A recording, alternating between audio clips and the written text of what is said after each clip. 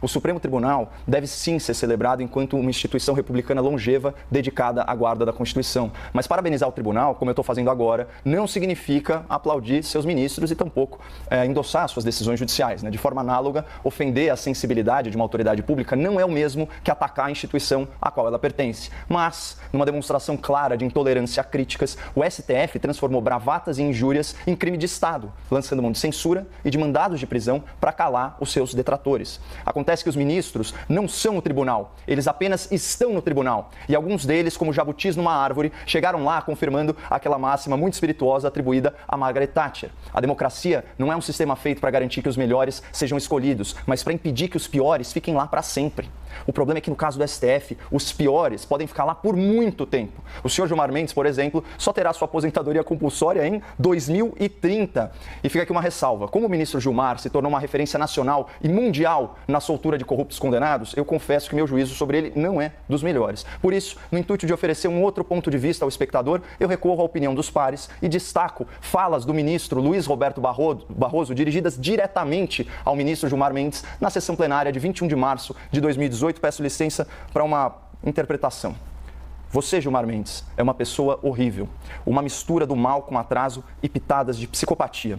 Vossa Excelência não consegue articular um argumento. A vida, para Vossa Excelência, é ofender as pessoas, é bilis, ódio, mau sentimento. Vossa Excelência, Gilmar Mendes, nos envergonha. Vossa Excelência é uma desonra para o tribunal. Um temperamento agressivo, grosseiro, rude, não tem ideia, não tem patriotismo, está sempre atrás de algum interesse que não o da justiça.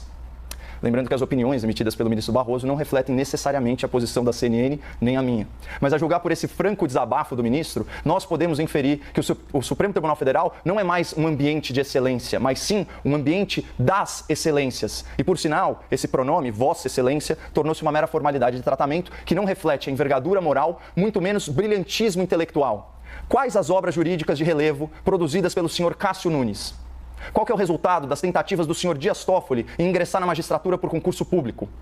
Onde que está a exigência constitucional do tal notável saber jurídico? Teve o mesmo destino que a expressão Vossa Excelência. Virou uma questão protocolar, num colegiado que está desmoralizado. O desprestígio do STF é tão evidente que um desses advogados criminais, fanfarrões e milionários, se sentiu à vontade para ir ao tribunal vestindo bermuda e camiseta e ainda fez pose ao ser fotografado. Então, pelo menos agora a gente sabe que se o STF fizesse uma festa de 130 anos, o traje seria informal completo e de preferência calçando chinelos ou sandálias.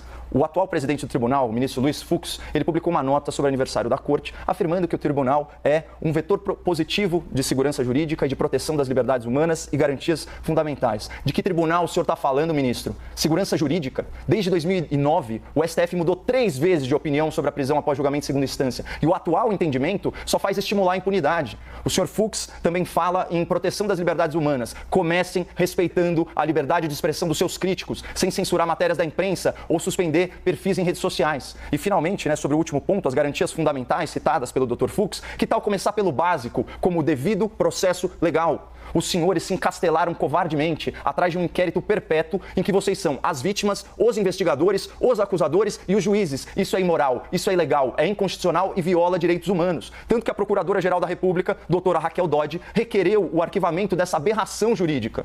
Eu louvo o esforço vão do presidente Fux em zelar pela imagem da sua corte, mas o conteúdo de certas decisões judiciais dos seus colegas, sempre em benefício da bandidagem engravatada, fazem a população ecoar aquele desencanto manifestado por Rui Barbosa. Esse sim, um grande jurista e defensor do Supremo Tribunal Federal. Leio para vocês. De tanto ver triunfar as nulidades, de tanto ver prosperar a desonra, de tanto ver crescer a injustiça, de tanto ver agigantarem-se os poderes nas mãos dos maus, o homem chega a desanimar-se da virtude, a rir-se da honra e a ter vergonha de ser honesto.